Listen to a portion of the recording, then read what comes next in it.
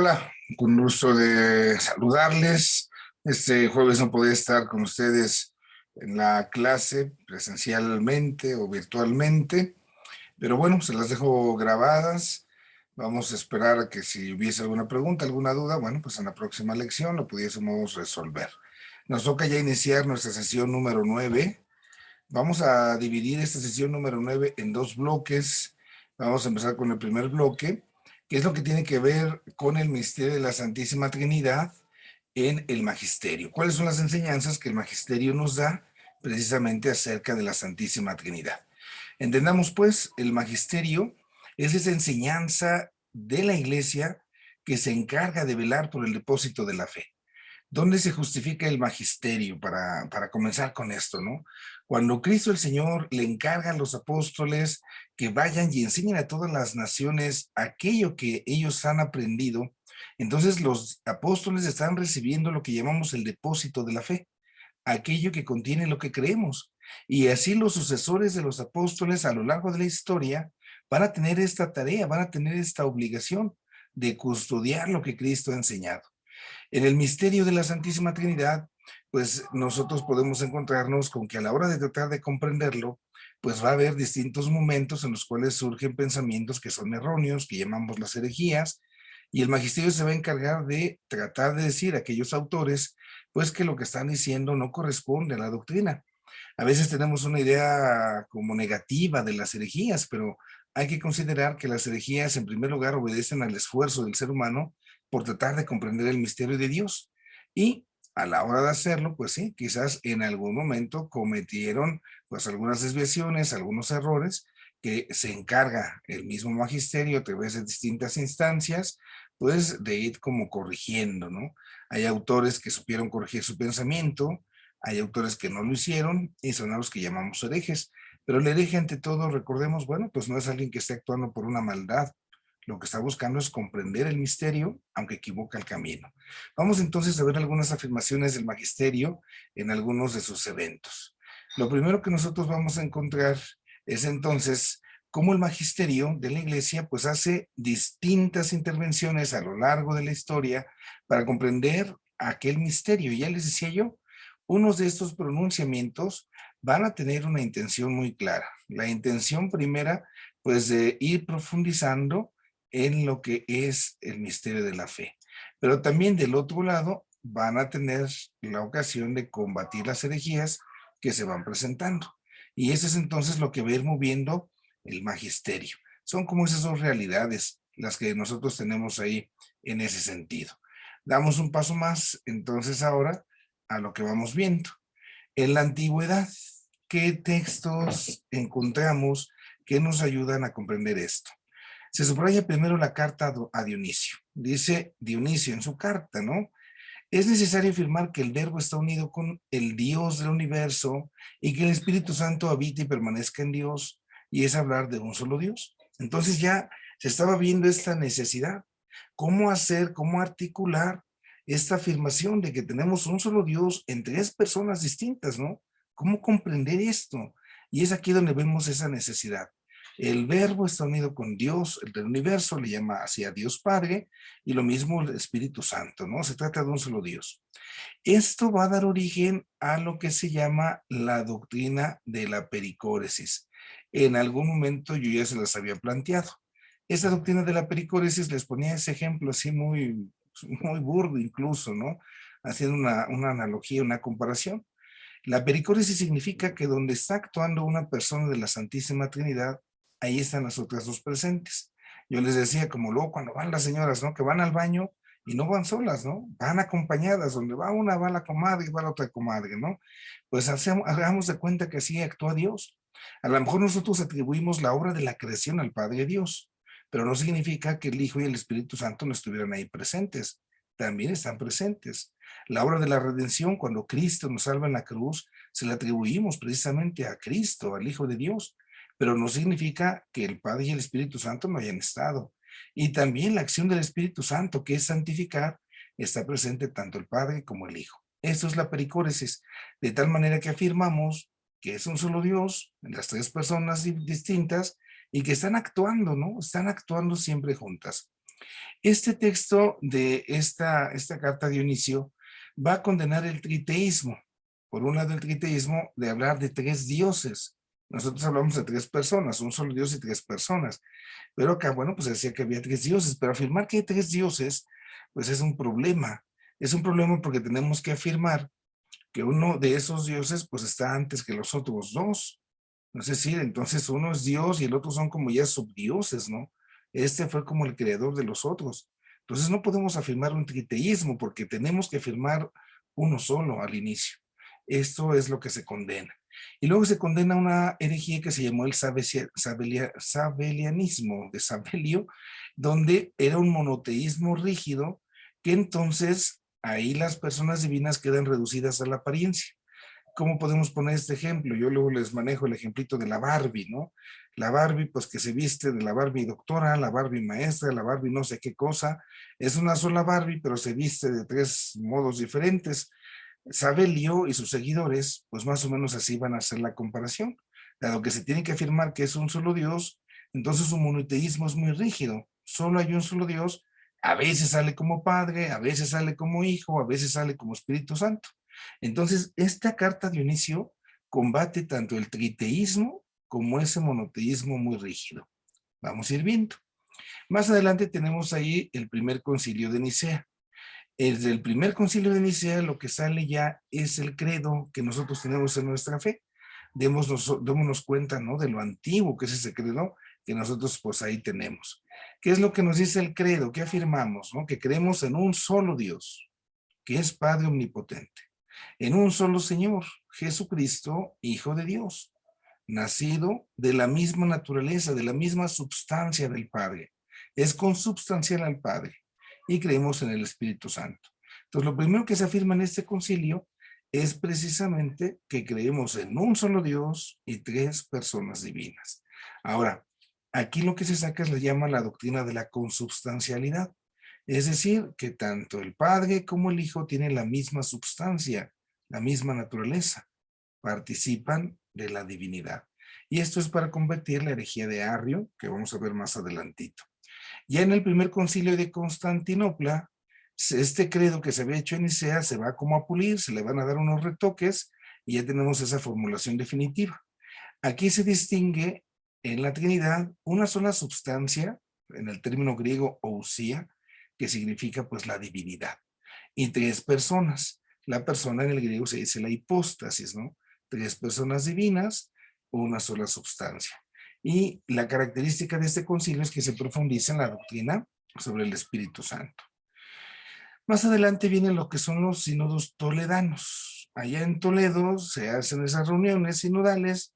Ellos acentúan por un lado la unidad que hay precisamente entre el Padre, el Hijo y el Espíritu Santo, pero también la diferencia que se da. Entonces es la unidad y la diferenciación de las personas divinas, y esto se basa por su procedencia. De esto ya habíamos hablado, de las procesiones. Decíamos que el Hijo procede del Padre. ¿Cómo? Pues a través de la generación. Es engendrado, no creado. Entonces el Hijo es generado por el Padre. Y viene también la forma en la cual procede el Espíritu Santo. El Espíritu Santo se dice procede del Padre y del Hijo. Esto técnicamente es lo que se llama la doctrina del filioque, y que dará pie por ahí en algún momento a alguna controversia con la Iglesia Ortodoxa, por allá de las épocas de la Edad Media, por esta Y, porque ellos dicen que procede del Padre, pero quitan la Y. Procede del Padre, del Hijo. Y nosotros afirmamos que procede del Padre y del Hijo, ¿no? Esto pues se profundizará cuando hablemos del Espíritu Santo, esa doctrina del filioque. Y aquí también lo que se va a combatir, pues es esta herejía del modalismo, que era propuesta por un autor llamado Prisciliano y sus seguidores, ¿no? El modalismo, Dios tiene distintos modos de aparecer, más o menos lo mismo que decíamos de la Barbie. Viene más adelante otro encuentro, otra reunión, el consistorio de Reims. Allí en Reims se afirma que Dios es su misma esencia, la cual es única, y las personas divinas no son distintas de esa divinidad en nada. ¿Cuál es esa esencia de Dios? Pues su divinidad, su naturaleza. Y esa naturaleza es igual en el Padre en el Hijo y en el Espíritu Santo. Entonces, ahí no se distingue absolutamente nada. Se reafirma la necesidad de atender a no cambiar la realidad de Dios, de ser uno solo y a la vez tres, lo que afirmamos. Un solo Dios, tres personas divinas. Y esto es combatiendo una doctrina de un autor llamado Gilberto del Porre Prorretano, se llamaba su herejía. En el Cuarto Concilio Lateranense se hacen estas afirmaciones. Lo que es el Padre, lo mismo absolutamente es el Hijo y el Espíritu Santo. O sea, igualdad. Son igual. Hay una igualdad entre el Padre, el Hijo y el Espíritu Santo en torno a su naturaleza, a su divinidad. En cuanto a las personas divinas, dice, por eso hay que entender la unidad de identidad en la naturaleza. Esto es aquí lo fundamental, ¿no? La unidad se da en esa naturaleza, es decir, participan de la misma divinidad. Es ahí donde se da la unidad. Es por eso que se dice que el Padre es lo mismo que el Hijo y es lo mismo que el Espíritu Santo, un solo Dios. Y esto va a combatir la doctrina del triteísmo de Joaquín de Fiore, que decía que se trataba de tres dioses. Más adelante, Concilio de León, se reafirma que tanto el Padre como el Hijo son el único principio de la expiración del Espíritu Santo, lo del filioque que decíamos, ¿no? El Espíritu Santo procede del Padre y procede del Hijo. Y esto es contra la acusación que los griegos de aquella época hacían a la Iglesia Latina por pensar la procesión del Espíritu Santo de dos principios diversos. Pero nosotros estamos hablando de la substancia de un solo Dios. Y aquí ya estaban haciéndose como esa separación, ¿no? Como que se estaba afirmando que eran los principios cuando es el mismo Dios. Hablando ya del Concilio de Florencia, vienen ahí estos decretos.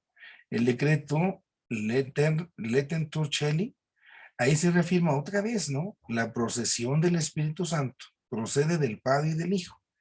Tanto el Padre como el Hijo son principio de la subsistencia del Espíritu Santo. Proviene de los dos. El decreto Cantate Domino dice que se hace una expresión importante de la definición del concepto de persona en la Trinidad. ¿Qué significa ser persona, no?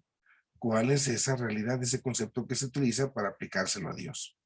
Hablando de estas tres personas, Padre, Hijo y Espíritu Santo, nosotros decimos, estas tres personas son un solo Dios, no tres dioses, porque de las tres, una sola es la substancia, una sola es la esencia, una sola es la naturaleza, es decir, se habla de una sola divinidad. Y todas las cosas son una sola cosa. Tanto el Padre como el Hijo como el Espíritu Santo tienen esa divinidad, son Dios. Y es acá donde se conserva esa divinidad porque no hay oposición. No se opone el hecho de que el Padre, el Hijo y el Espíritu Santo sean personas distintas, eso no se opone a nivel de su sustancia, de su naturaleza. Y entonces lo que va a caracterizar a las personas en Dios es la relación que se establece entre ellos. Ese mismo decreto nos habla de esa doctrina de la pericóresis entonces. Por eso dice, ¿no? Por esta unidad, el Padre está todo en el Hijo y todo en el Espíritu. El Hijo está todo en el Padre y todo en el Espíritu Santo. Y el Espíritu Santo está todo en el Padre y todo en el Hijo. Es lo que les decía. Donde va uno, van los otros dos. Como las señoras, ¿no? Que les ponía yo el ejemplo. Pasamos a esta encíclica, la encíclica Divinum Illud Munus. Aquí se afirma lo siguiente. La Iglesia, dice la encíclica, siempre ha dado culto a la Trinidad en su unidad y jamás por separado a las personas consideradas en Dios. Cuando le damos culto al Padre, se lo damos también al Hijo y al Espíritu Santo y así a cada una de las personas divinas, porque se trata de un solo Dios. Las fiestas de Cristo se refieren al Verbo encarnado y Pentecostés, fiesta del Espíritu Santo, a su misión temporal. Entonces, ahí ya es cuando tanto el Hijo como el Espíritu Santo se hacen parte de nuestra historia. Y esos misterios de la fe, la encarnación y Pentecostés, sí los celebramos ya muy específicamente en Cristo y en el Espíritu Santo. Pero al final y al cabo, ¿no? Si Cristo viene a este mundo, es enviado por el Padre y movido por el Espíritu Santo. Si el Espíritu Santo viene a este mundo en Pentecostés, es porque nos lo da el Señor Jesús por mandato del Padre. Otra vez, donde está uno están los otros dos. Y se habla de la doctrina de las atribuciones divinas. ¿Qué se le atribuye a cada persona divina, no? La Iglesia atribuye al Padre las obras del poder, al Hijo las obras de la sabiduría y al Espíritu Santo las obras del amor. Y así como las personas divinas son inseparables, así también van a actuar de manera inseparable. Lo de la pericóresis, ¿no? Donde están los otros dos. Por una cierta relación, por una afinidad que existe en las obras externas y en ese carácter propio de cada persona, se atribuye a una más bien que a las otras, se apropia, ¿no? Esto se refiere, por ejemplo, a que al Padre le atribuimos la creación, al Hijo le atribuimos la redención, al Espíritu Santo la santificación, pero eso ya es en lo externo, cuando ellos salen de su intimidad y actúan en nuestra historia. Esto entonces nos ayuda a comprender algunas afirmaciones que se hacen a lo largo de la historia en el magisterio.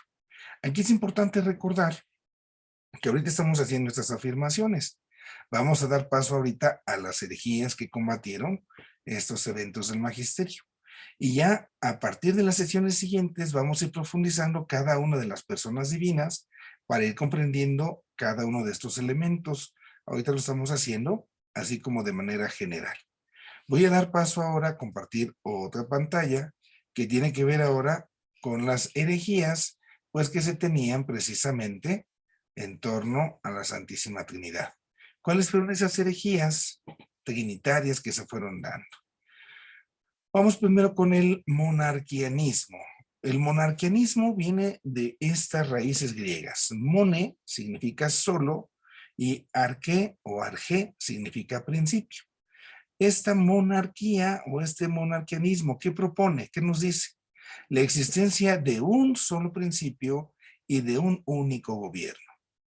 ¿Qué es esto? Pues puro monoteísmo, un solo Dios, pero que no acepta las tres personas divinas. Monarquianismo va a tener como dos características. El monarquianismo dinámico es el monoteísmo rígido de tipo hebreo que no daba pie a hablar del Padre, del Hijo y del Espíritu Santo, ¿no? No se admite la existencia real de las personas en Dios. Entonces, la presencia del Hijo, la presencia del Espíritu Santo al final son como fuerzas divinas, pero que corresponden a un solo Dios, al Padre diríamos nosotros, ¿no?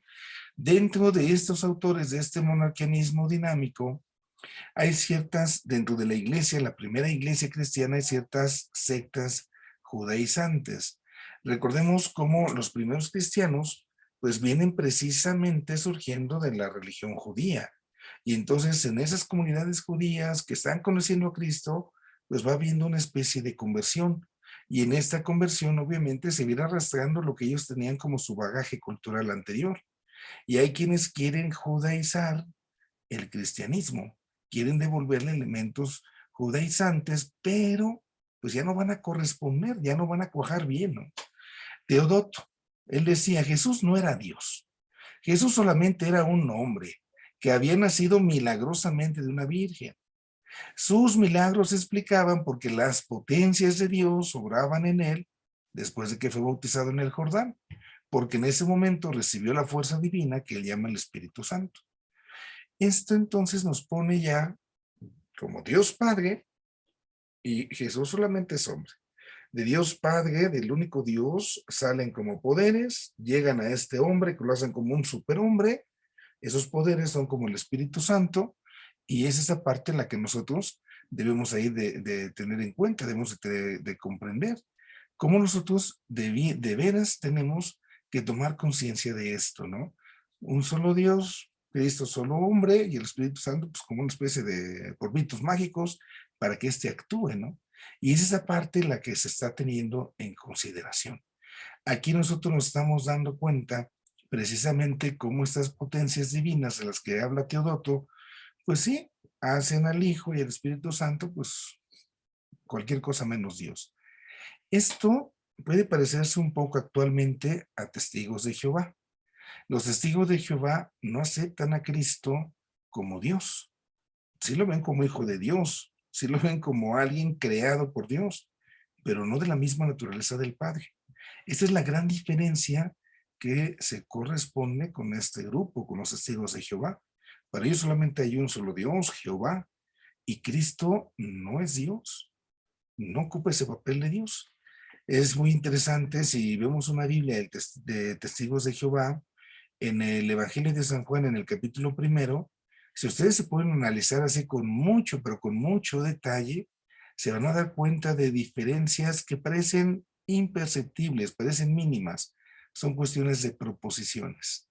Y en esas preposiciones cambia todo, porque van a cambiar unas palabritas tan pequeñitas, cambian la realidad del Hijo. Esto, bueno, pues en su alcance tienen ahí alguna Biblia de Testigos de Jehová y se dan a esa tarea como de comparar lo que dice una Biblia católica, e incluso una Biblia protestante de cualquier otro grupo protestante. Es distinta la traducción de los testigos. Ellos pues no aceptan a Cristo como un Dios, como Dios, al mismo Dios que el Padre, no participa de la misma divinidad. Pablo de Samosata en esa línea también dice, el verbo no es un hijo subsistente de Dios, es solamente una fuerza impersonal de Dios que entra en un hombre y entonces Dios adopta a ese hombre y le infunde esa fuerza.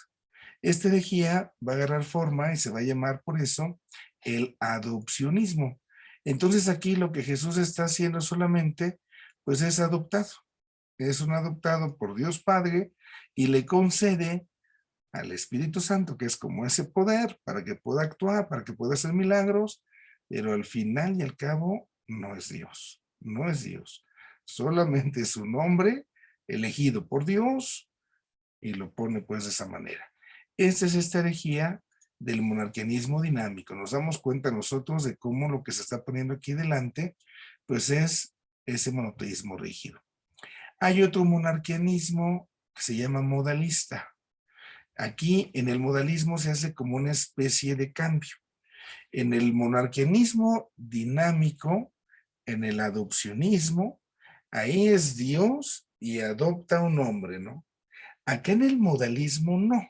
Es un Dios, pero sí se aparece de formas diferentes. Lo de la Barbie que les comentaba. ¿Qué es el monarquianismo modalista? Un único Dios que adopta tres modos, tres aspectos distintos para presentarse a los hombres en la historia. A veces sale como padre, a veces sale como hijo y a veces sale como Espíritu Santo. No sé, pensemos en una obra de teatro, es el mismo actor, pero se pone disfraces diferentes para actuar. Y esto pues buscaba resolver eso, ¿no? De que querían un solo Dios. ¿Qué es lo que nosotros vemos acá en estos autores? Primero pues vemos un autor llamado Noeto con su patripasionismo. Él decía que un único Dios, Padre, es quien sufre y muere en la cruz, pero lo hace bajo la apariencia del hombre. ¿Esto qué significa? Pues que Cristo no fue un verdadero Dios, fue un verdadero hombre, pero no fue verdadero Dios. Y el que estuvo en la cruz era el Padre, pero bajo ese modo de hombre. Otro autor de este grupo se llama Praxias. Tenemos otro autor, Sabelio, se le llamaba sabelianismo y también algunos seguidores, los priscilianos, ¿no? Este hombre dice Dios es una mónada, es decir, tiene tres modos o tres máscaras en las cuales actúa, es lo mismo, ¿no? Mónada significa la fuente, el uno, de acuerdo con los pitagóricos allá en la filosofía griega. Fue un término que se daba a Dios o al primer ser, es decir, a la unidad originaria donde todo venía, y para la totalidad de todos los seres, ¿qué significaba mónada? Pues que no tenía división. Y entonces aquí esta partecita, bueno, es un solo Dios, pero tienen como rostros distintos a la hora de actuar, de aparecer. Eso es entonces lo que nos dice el monarquianismo como herejía. Vamos con la siguiente, el subordinacionismo, ¿no? Alguien que está subordinado. Esto pues lo sabemos, cuando alguien está subordinado, pues acá está significando que tú estás bajo el encargo, el cuidado, el mandato de otro, ¿no? Entonces vamos a ver aquí cómo se desarrolla. Se dice que el verbo no es simplemente una fuerza. El verbo es alguien, pero ese alguien es inferior a Dios, es decir, no es Dios. Y el Espíritu Santo solamente es un espíritu angélico, que también es inferior a Dios. O sea que tanto el Hijo, el Verbo, como el Espíritu Santo son inferiores a Dios, son creados por Dios y así quieren salvar pues esta realidad de un solo Dios. Aquí tenemos primero este personaje llamado Arrio, propone o se conoce su doctrina como el arrianismo. Aquí dice las hipóstasis, decíamos ese término griego, significa personas, decía Arrio. Las hipóstasis divinas, las personas divinas no están en Dios, han sido creadas, han sido hechas fuera de Dios. Y entonces viene otra vez esto, ¿no? Cristo, el Hijo, es la primera criatura, es la más excelsa, es la más fregona de todas, pero no es Dios. Y esto, bueno, pues desviste a Cristo de toda su realidad divina. Los semiarrianos, seguidores de Arri, pero como la mitad, ¿no? Presentan ese arrianismo, pero diluido y medio encubierto. ¿Qué hacen estos, no? Ellos sostienen la diversidad que hay entre el Padre y el Hijo, pero también afirman que era excesivo considerar al Hijo como igual en su sustancia, en su naturaleza, ¿no? Y que lo mejor era decir, bueno, pues que el Hijo era similar a la sustancia del Padre, pero no igual. Entonces, al final, otra vez, Dios Padre por acá y el Hijo ya sería como una criatura, ¿no? Es similar, pero no igual. Pues no es lo mismo, no hay igualdad. Y tenemos esto del macedonianismo, o también conocidos como los neumatomacos. Estos son los adversarios del Espíritu Santo. ¿Qué es lo que dicen? Bueno, el Espíritu Santo sería de naturaleza similar, no igual. Similar, no igual. Y eso lo hace inferior a Dios. Sería como un espíritu más, un ángel más que Dios ha creado, ¿no? Entonces, tanto el Espíritu como el Hijo son similares al Padre, pero no tienen esa naturaleza divina, no pueden ser Dios. Esa es otra herejía. La siguiente herejía es la del triteísmo. Acá en el triteísmo se está considerando que hay tres entidades divinas distintas, o sea, tres dioses. El Padre es un Dios, el Hijo es otro Dios y el Espíritu Santo es otro. Autores que caminan por este sentido. Marción, hay un rechazo total a lo que venía siendo el hebraísmo, el judaísmo, ¿no? Entonces con Marción, los marcionitas rechazan todo el Antiguo Testamento. Y así entonces rechazan el monoteísmo que se proponía desde ahí y propone sus tres dioses. Juan Filópono, este identifica persona con naturaleza. Y esto pues no puede ser posible. Una cosa es la persona y otra cosa es la naturaleza de esa persona. Me explico un poquito. Nosotros somos personas, pero nuestra naturaleza es humana. Dios es persona, pero su naturaleza es divina. Los ángeles también son seres personales, pero bajo una naturaleza angélica. Entonces son dos cosas, la persona y la naturaleza de esa persona. Y a este fulano pues se le fue eso. Esto origina dos herejías. El primero se llama el monofisismo. Mono significa uno y fisis significa naturaleza. El monofisismo afirma que solo hay una naturaleza en Cristo. O es verdadero Dios o es verdadero hombre. Nosotros afirmamos que en Cristo están esas dos naturalezas. Cristo es verdadero Dios y verdadero hombre. Y aquí dicen no, solamente una, no puede ser dos. Yo les ponía ahí, por ejemplo, esta comparación, que digo, al final estamos ante un misterio, ¿no? Es muy fácil a lo mejor para nosotros ir a misa y decimos creo en Dios, Jesucristo, que es verdadero Dios, verdadero hombre, sí, sí, pero date cuenta lo que significa, que en la persona de Cristo hay dos naturalezas. Si nosotros hacemos una especie de experimento, ¿verdad? Vamos a mezclar un gato con un perro. ¿Qué es lo que va a salir? Pues va a salir algo distinto, algo que ni es gato, ni es perro. Vamos a ponerle un pegato. Ya salió el pegato. Ni es perro, ni es gato. Es otra cosa. Tiene sí algo de perro, tiene sí algo de gato, pero ya es algo distinto. No sé, pensemos en las frutas, no sé cómo sea la mezcla, ¿no? Pero pensemos, la naranja, la toronja y la mandarina o el limón. Tienen muchas similitudes, pero no son iguales. Yo no sé qué haya sido primero, no sé, me pongo a pensar, a lo mejor la toronja nació de la naranja, porque la naranja le mezclaron no sé qué cosa, pero al final la toronja no es naranja, son cosas distintas, son cosas totalmente diferentes. Entonces, si yo mezclo, no sé, una naranja y una mandarina, tendría yo una narandina, ¿no? ni es naranja, ni es mandarina, es una narandina, es algo nuevo. Si en Cristo se mezclan lo humano y lo divino, al tener esta mezcla, entonces la lógica me diría que ya ni es Dios ni es hombre, que está yo hablando de otra naturaleza, así como el pegato, así como la narandina, ¿no? Pero no, nosotros afirmamos que en Cristo está la presente al mismo tiempo esa parte divina, esa parte humana, sin mezcla y sin confusión. En todo momento Cristo es verdadero Dios y verdadero hombre. Y eso es lo que les cuesta, ¿no? Por eso se habla, algunos autores, de que solo en Cristo puede haber una sola naturaleza, no puede haber dos. Y esto nos lleva a caer en el monofisismo. Y del otro lado, pues en el triteísmo, porque se habla de tres dioses, lo cual pues tampoco tiene espacio. Está también el nominalismo, con este autor Roselino, ¿no? En el nominalismo, ¿qué se nos dice?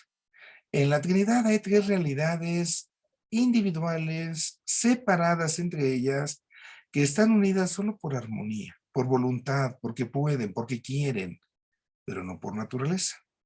Y entonces la Trinidad es una especie de colegialidad. No sé, pensemos un poco que me junto con mi comadre de enfrente y con la comadre de atrás, ya somos tres, estamos unidos porque queremos estar en armonía, porque queremos por nuestra propia voluntad, porque podemos por nuestro propio poder, pero al final, aunque seamos tres personas distintas, no tenemos la misma naturaleza. A lo mejor somos similares, pero no iguales.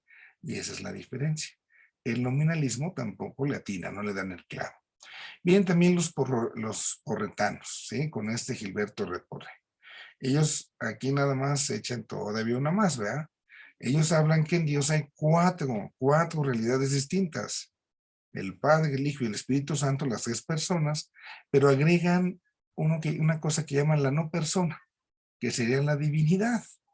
Entonces aquí ya ni siquiera es triteísmo, ¿no? Aquí ya sería como un cuatriteísmo, así ya le están agregando algo más. Pues todavía, digo, es un intento, ¿no? De explicar este misterio, pero se va un poco más lejos. Joaquín Di Fiore también continúa con esta visión de la colegialidad.